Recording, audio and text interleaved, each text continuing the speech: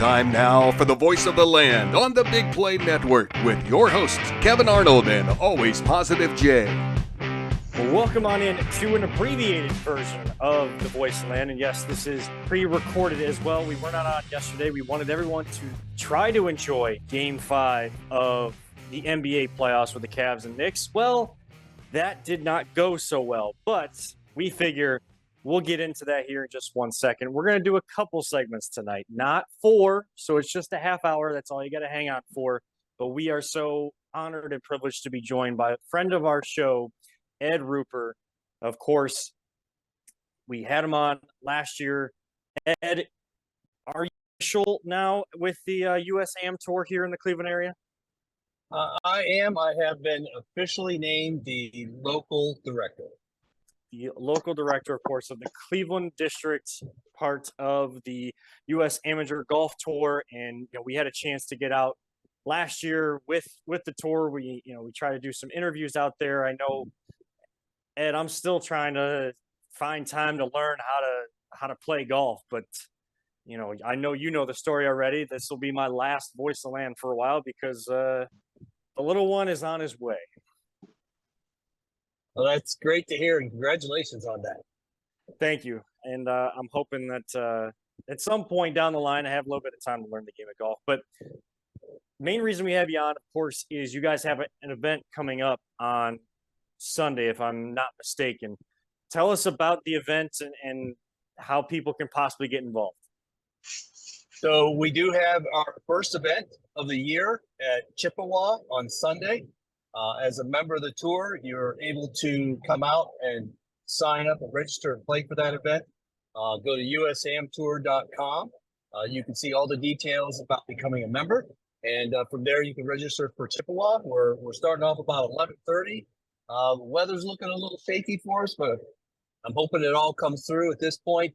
We have roughly 25 players signed up usually, and our deadline is actually tonight for the end of registration. So usually we'll get quite a few more players, and hoping we get up to roughly 32 players this time around.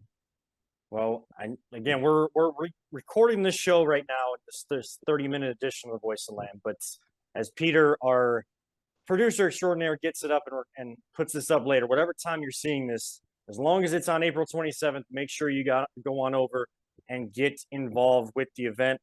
Ed, I got to ask you, what does the season schedule kind of look like for you guys? What's are you guys staying kind of local, or is it looking at Cleveland, Pittsburgh, kind of that combination schedule this year?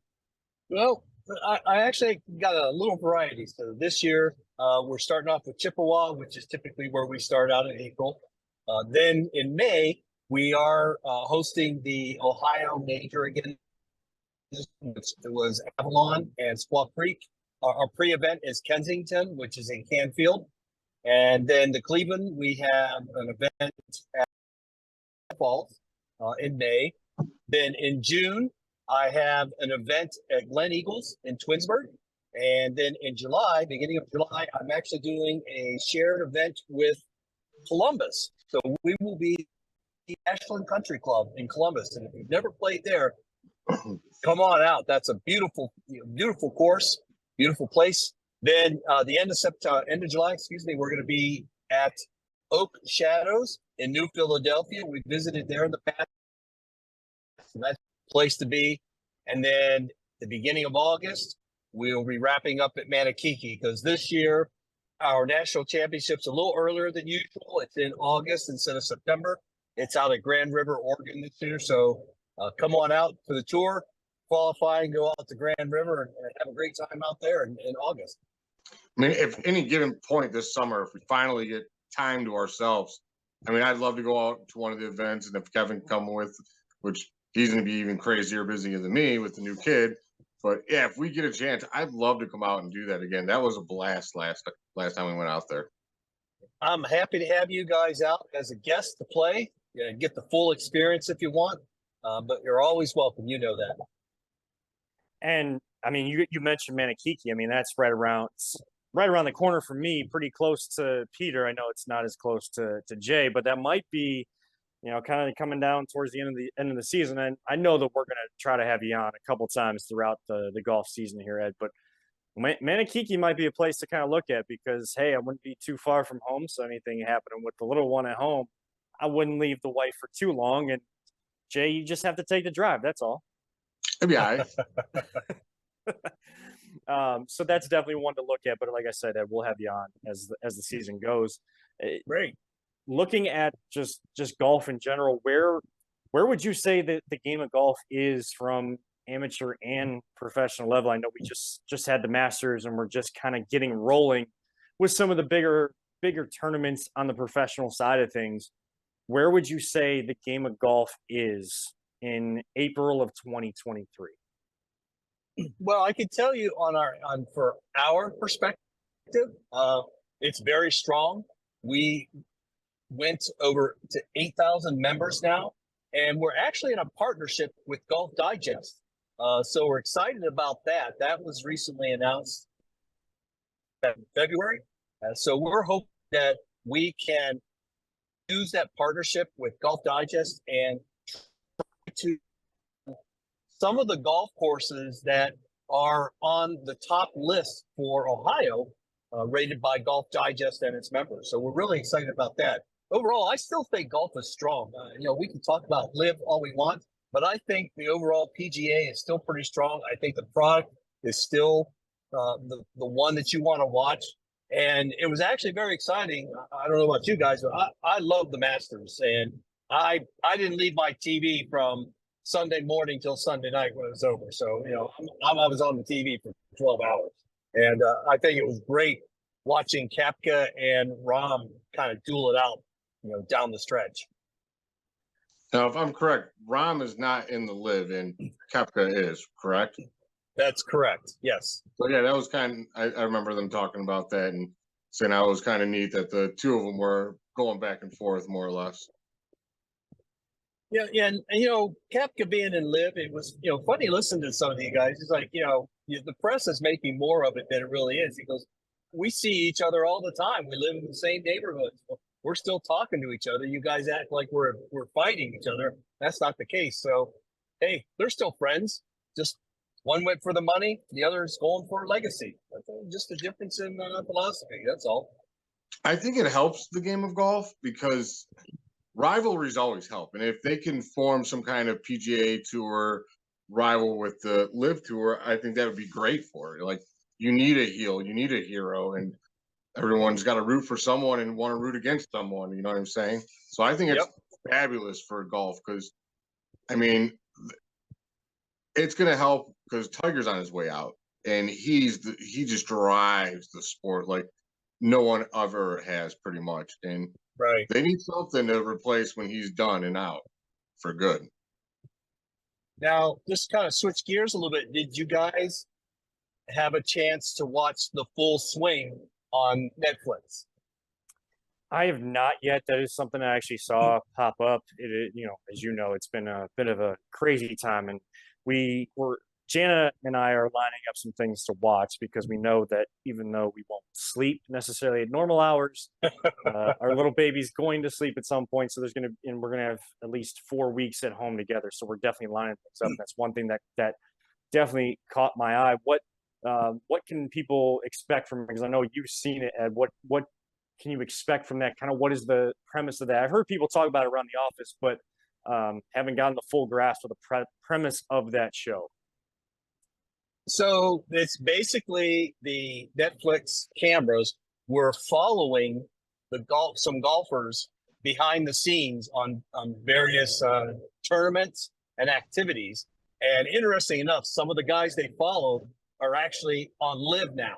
So this was pre-LIV when the news was starting to break.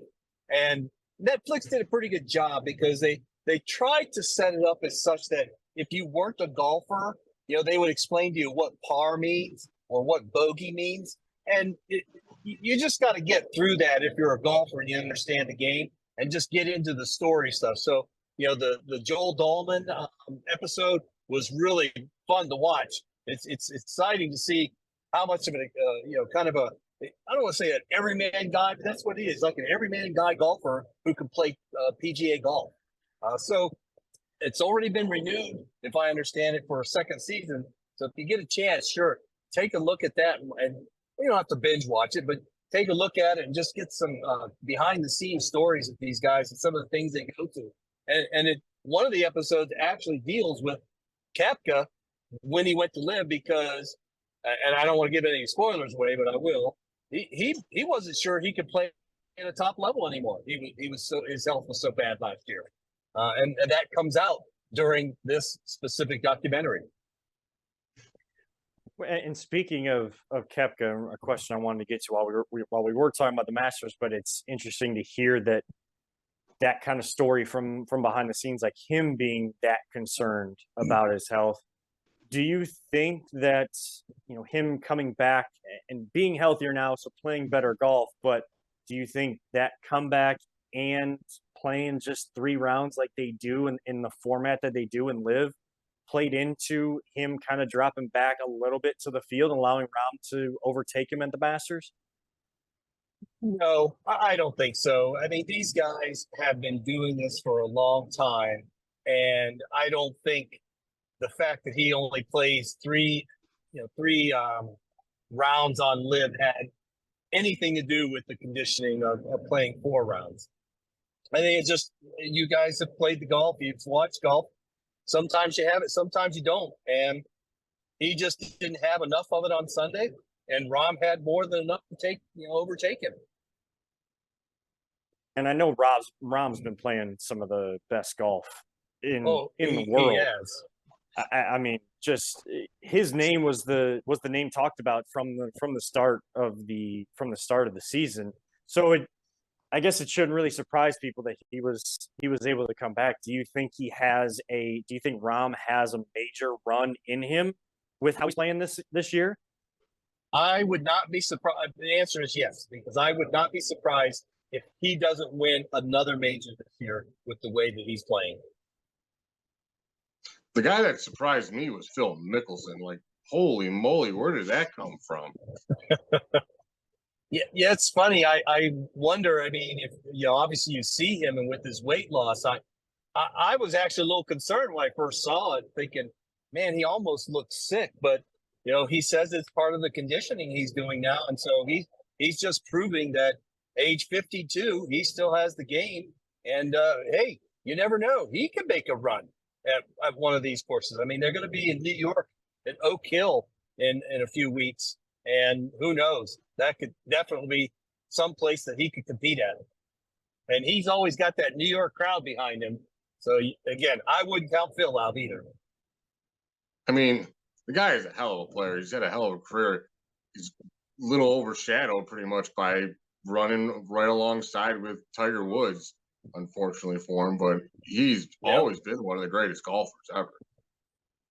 Yeah, there's a lot of good players who, you take Tiger out of the equation, could have really written their own legacy because of that. But Tiger being as dominant as he is, but at the same time, Tiger doing what he's did, actually, I think is giving us the generation we have now, because they grew up watching him. And if you've seen interviews with Justin Thomas, they said, hey, we want to take on Tiger because he's taught us that's what we need to do. And not that they're not afraid of him, but they're not afraid to go up against him.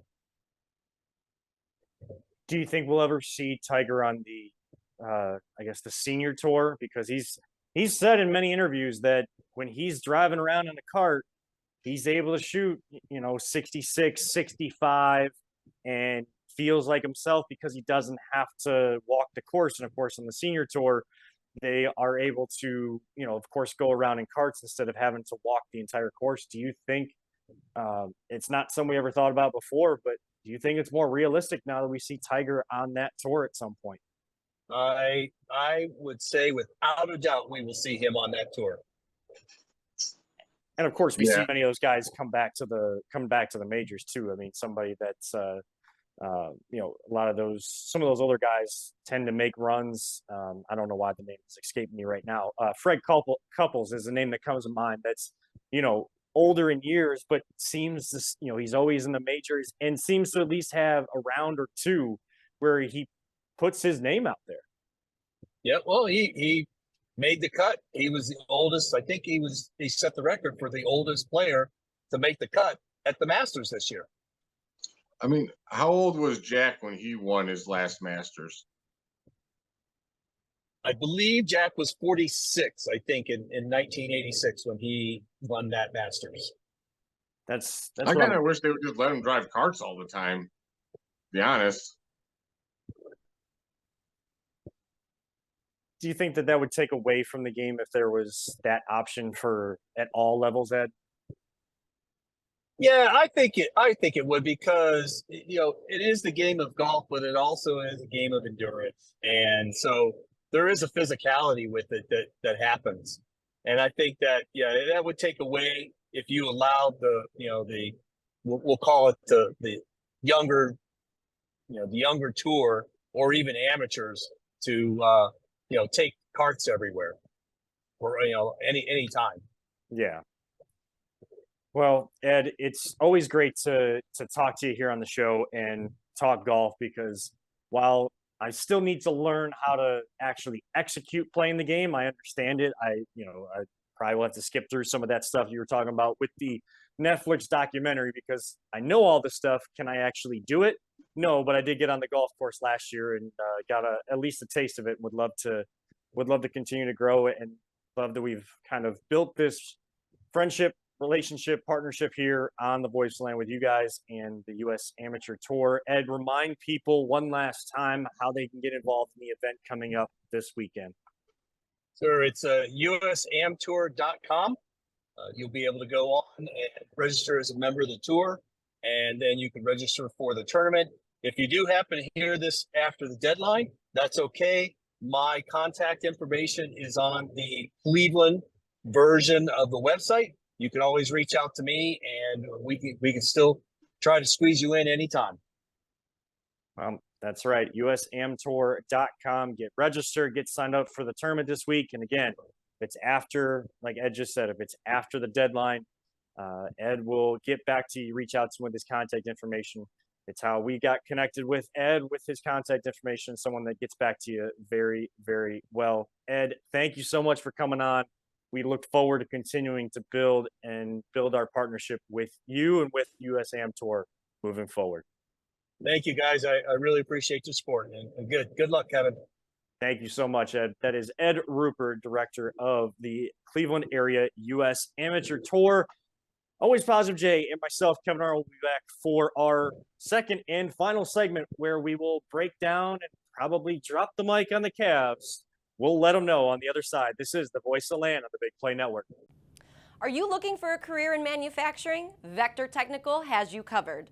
Vector Technical is a 28-year-old staffing firm that is partnered with some of the biggest and the best companies throughout northeastern Ohio. The recruiters at Vector Technical will coach you through the entire job process and will help you land an opportunity that you are truly excited about.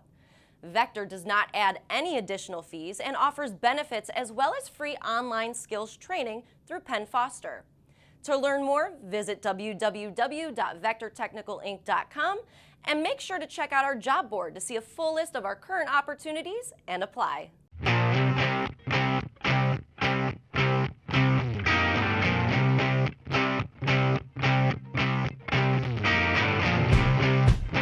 Get your gear at voiceoftheland.com/shop.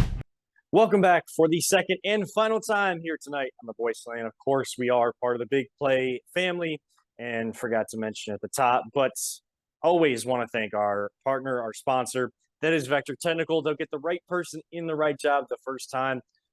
I know I've said it a few times over the last few weeks, but some new jobs, new signs popped up outside of their office. We had to stop at the local hardware store where their office is close to over in Willoughby, Ohio, and we had to get a blower for the yard stuff, and we had to get a weed whacker because, boy, the overgrown gardens that we have at this house that we moved into are just out of control. We had to stop and get some of that, but saw plenty of signs up, plenty of jobs available, so reach out to Vector Technical. I actually retweeted quite a few of their listings they put out on Twitter. So, yeah, follow me, go back on my feed, you'll find them. And if I have some time at home, I will go through our Twitter account as well and try to retweet those as they pop up. I'll try to be better at that and maybe try to help get clips up while Jay, Peter, and whoever comes on to fill in over the next few weeks while I do go on paternity leave from the Voice of Land. I'll try to It actually sounds like Andy Billman might be filling in for you for one of the shows. All right. Are there any other people or you want to kind of leave that for special I'll surprise? leave that for next week to drop that news. Okay. Also notice I have not confirmed a second one yet. I got options. I'm leaving them open. Yeah. Well, that's always good. And I guess the Cavs will have options this offseason on how they're going to get better and perform better at the biggest stage when the lights are brightest. And I know that there was a lot of exit interviews today and a lot of comments made from the Cavs while they cleaned out their lockers today that did not shed any better of a light, losing in 5 games to the New York Knicks. Did those comments make you feel worse? I'll tell you the one that made me feel worse, Jay, Jared Allen, saying the lights were probably too bright or something to that effect. Hasn't he played in the playoffs before? I believe so. You know me, dude. I don't really even care what they say at those things, to be honest with you. So I'm just trying my best to not buy into it too much. It is a little alarming, I'm not going to lie, but I don't think it's the end of the world. Like, people are like, oh, he's got to go. After that, he's got to go. Like, who's going to play center? We don't even have a backup center right now. No, you're going to get Rolo to play. You're going to get Robin Lopez to play center. Yeah, we want Robin Lopez out there. That's great. No. Well, Jana was actually calling for him to play yesterday because he couldn't have done any worse. He couldn't have given any less of an effort out there to get on the boards. Mitchell Robinson, boy, did he make himself some money in that series because we made him look like a superstar rebounder, not just an all-star rebounder, but a superstar rebounder. And it pains me to no end. Too. I'm going to tell you why I think he was made to look like a star and where our big mistakes were. But I want to hear you go off because I know it's killing you inside, my friend. I know you. I didn't get to watch the game, dude. It's probably why I'm not so mad today. I didn't get to watch it. All that crap with streaming and all that. I went through hoops and everything to try to find it, and it just didn't work. And I got so frustrated, I gave up. My phone's going off left and right. And I'm like, well, maybe this is a good thing I don't see this. So today I'm not as mad as everyone. And I actually see the light at the tunnel, and I can see the positive in all this. You know me. I got a silver lining out of this. I'm not presenting as mad as I was last night. As you guys can see, I have a nice new Lionel Messi jersey, the official World Cup champion jersey from Argentina. It does have the 3 stars. I don't know if people are going to see that. Yeah, see, I like that. I like that. I like that you remembered that, Jay. Yes, it's a belated birthday gift. Really, my sister sent it out on time, but do we beat Tottenham today? No, we drew with Tottenham, I believe. I didn't watch the final seconds because I saw you guys were texting and starting the show because there was a lot going on at work as well. But we were up 2-0 in that game and somehow allowed Tottenham, who got beat handily by their last opponent. I don't even know who it was, but they got absolutely embarrassed at home the other day, and we just allowed them to come back into the match. Bruno Fernandes had a chance, hit it off the crossbar, just making me more frustrated on the sports side of things over the last 24 hours than I already was. Do you think tonight with the NFL draft starting is going to help? Hell no, because I do not care about the NFL draft. That's funny. Like, I was just talking to my buddy at work. I'm like, I'm going to watch it because I just like to watch the kids get their jobs and stuff. But I'm like, I'm zero invested whatsoever. I don't care what really happens. I kind of want to see where CJ Stroud goes, and I want to see where Njigba goes. But I watch it just like it's like a show to me right this year. And we're normally I'm pumped all day. I probably read 40 or 50 mock drafts, and yeah, I haven't read one. Yeah, I'm not going to recognize a single player. It'll probably be on in the background at home. I'm a sports fan, so of course I'm going to watch, and I'm an Ohio State fan.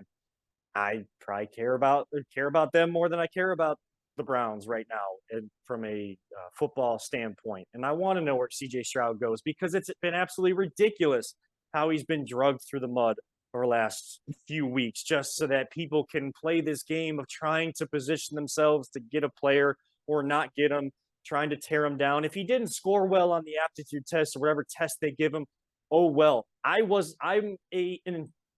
would consider myself, and you guys know I don't talk about myself a lot, but I would tell you that I'm an intelligent, intellectual type person.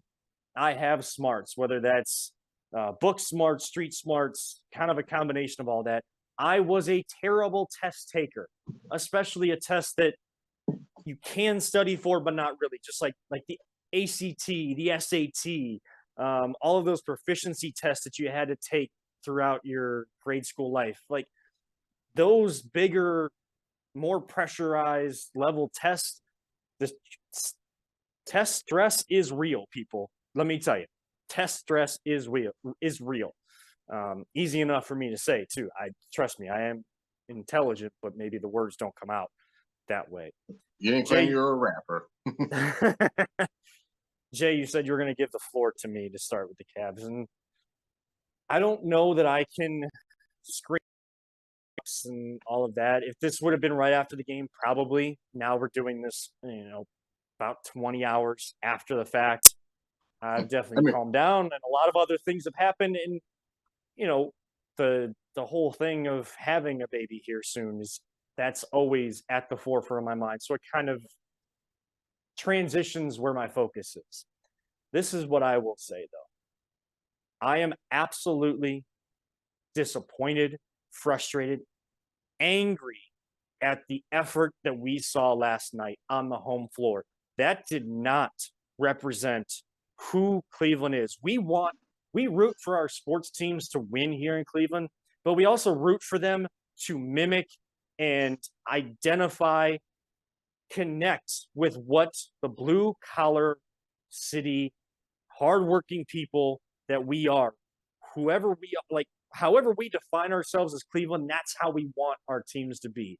We saw the exact opposite last night. We saw a team that had deer in a headlight looks all night long. Mitchell Robinson, we already mentioned him getting every single offensive rebound. Everything was going their way. They get down by 7. I don't know that they won a single quarter last night, did the Cavaliers.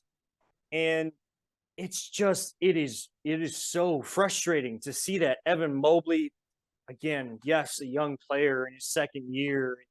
We know he has talent, but he got obliterated. And then Obi Toppin came in and they didn't miss a beat. Everyone was talking about, Randall is out with an ankle injury. There's no way he's coming back in this. We better win this game. We should have won game 1. We won game. We should have came out with a better effort. We should have came out with more fight last night instead of the last 6 minutes of the ball game. Now, we do cut clips, and we have Donovan, one of our interns, to cut clips for us. This is our show. This isn't my show, so I'm not clamoring for just what I'm about to say because I know you guys are going to have a reaction to it, or Jay, you're going to have a reaction to what I'm about to say. But if there was ever a clip of us going back and forth or talking about something, this would be it right here. This angers me. This frustrates me because I care about a team that consistently enough makes us care and does enough good things overall to make us care year in and year out. Even if they have to break things down and rebuild, they have found a way to rebuild and get back to a contending level or a couple pieces away from that contending level. I care because they make us care. You can debate, you can criticize individual decisions that Kobe Altman makes or JB Bickerstaff makes or these players make, but overall we have seen good progression from year to year, what you expect to see when you are rebuilding and getting back to that contending level. It is the same thing with the Cleveland Guardians. As frustrated as I am with their lack of ability for any sort of offense, in this season to start. Yes, it's April, but it's still frustrating and it's hard to watch through the pitch tracker, of course, because I can't watch the Guardians. That's another topic for another day. You know why I don't care about the draft and I don't care about the Browns right now, and I'm not going to? It's not because I'm not a fan of the team. It's because they need to make me care. The Guardians and the Cavs make me care, and they make me this passionate. I am apathetic to the Browns.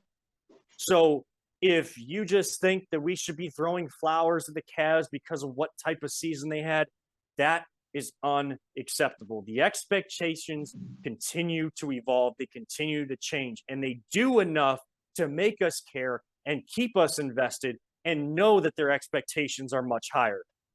And what we saw in these playoffs is not good enough. I don't care how good the regular season was. I don't care about the 51 wins.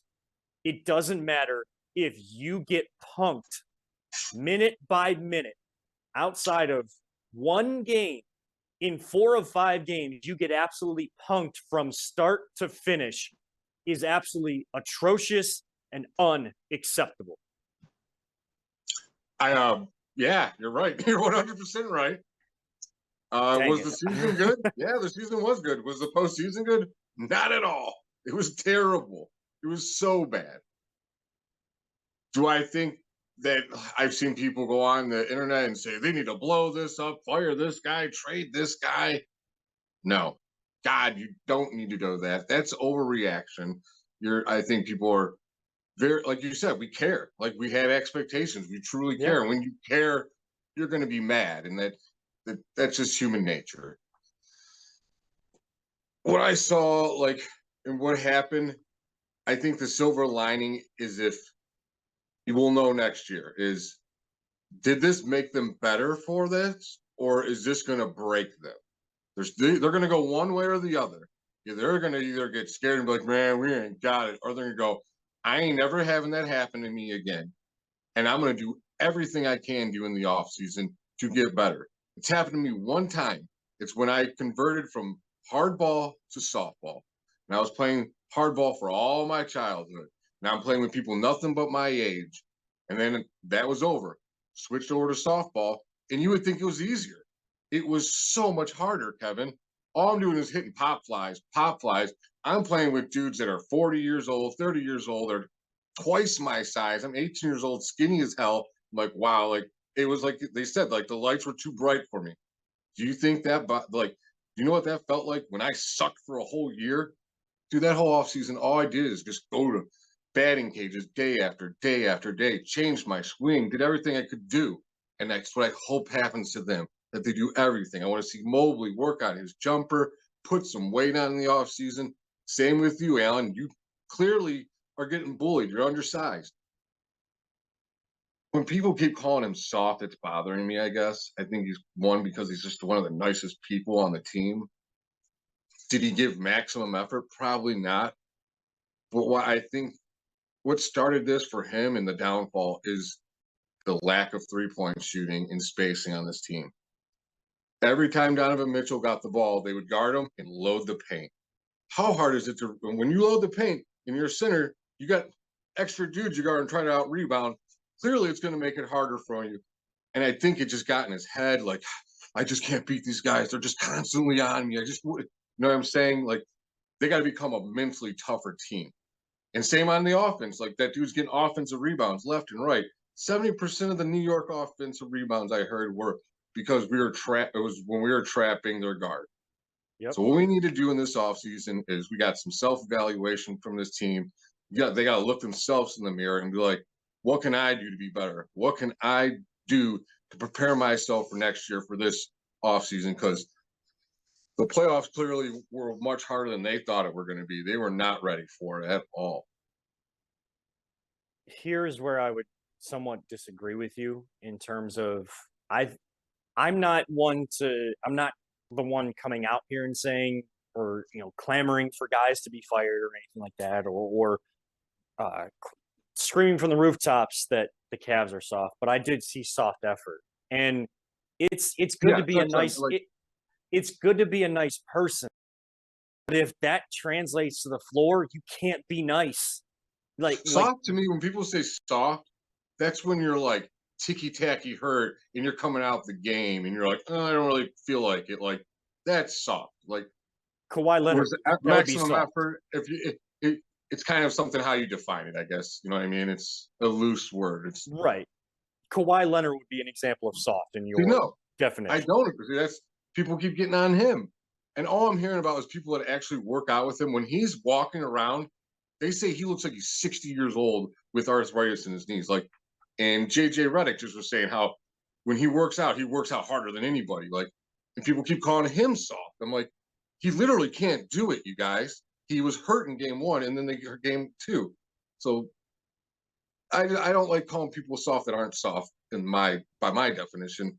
The aesthetic, though, doesn't favor Kawhi Leonard with guys like, and I hate to bring him up because I know he ends up being the exception to every single rule, but a guy like LeBron that, as stupid as it was for him to go third person and say that the doctors, according to LeBron or whatever, like LeBron, the foot doctor, says that he's good to play. He was supposed to have surgery on his foot with the plantar fasciitis and the issues that he was having. Supposed to have surgery. He's playing through it. There are other guys that are playing through it. While this new age of basketball player, there's a lot of like buying into load management and to not even try to give it a go. And even Zion Williamson dunking in pregame warmups in those playing games, but So you're not. That's the one I would point out. That That's would the guy. Okay, then all right. So I know where your level is. I used to say thought the same thing about Kawhi, so I'm kind of defensive. Is like recently I read a lot of stuff about how hard he truly works and how much pain he really is in. He's like how Joe Thomas was. Like he wakes up and he's just walk around. He's an 80-year-old man, and then he goes out and works out to try to get like game ready and stuff. And if someone's trying that hard and they're truly in pain, it's like, who are we to call them soft? You know what I mean? I know, but we don't see what they're doing outside of what's on TV. You know what I'm saying? Like, I know. we just make assumptions, but this guy's not working on it. Like, we have no real idea unless you hear from people that have worked next to him. Yeah, I just saw a lot of, from my definition of soft, I saw a lot of softness from this entire team and this entire organization. We'll define it by mentally soft and physically soft. I think I would say they were mentally soft. Mentally soft because, again, to come out at home and lay an egg like that, the kind of effort that they brought from the start was atrocious and unacceptable. And you said that you don't care what these guys say. The fact, like, I care so much that I care what the Guardians say and I care what the Cavs say because they tend to they've shown me enough on the playing surface to back up what they say. The Cavs took a Browns approach to this playoffs because we heard everything we wanted to hear after these games and people taking accountability. But there was no reverse change in the mentality, in the approach, in the aggressiveness, in the intensity. And that comes from the coach, that comes from the players, that comes from the front office not making any moves at the deadline. That doesn't look so good anymore.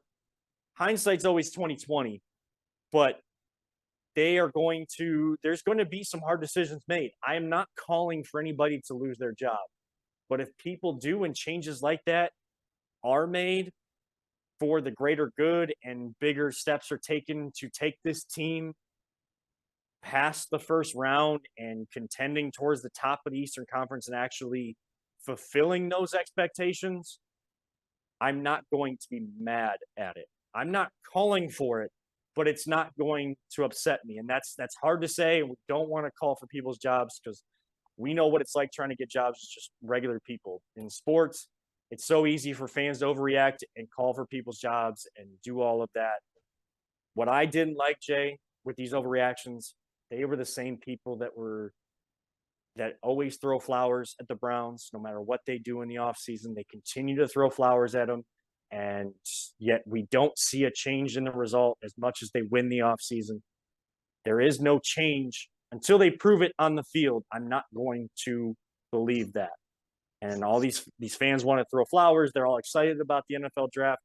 I have no problem with that. That's all well and good. But if you're going to be excited about that and then try to turn back and then just because you get to be negative, you're going to be negative about a team that fell out when you probably didn't pay as much attention as you could actually admit you did to the team all year. I don't take validity in your clamors and your criticism of the team. You know how much I care. I know how much you care. I know how much Peter cares. When we do it, we do this and keep things real as we can.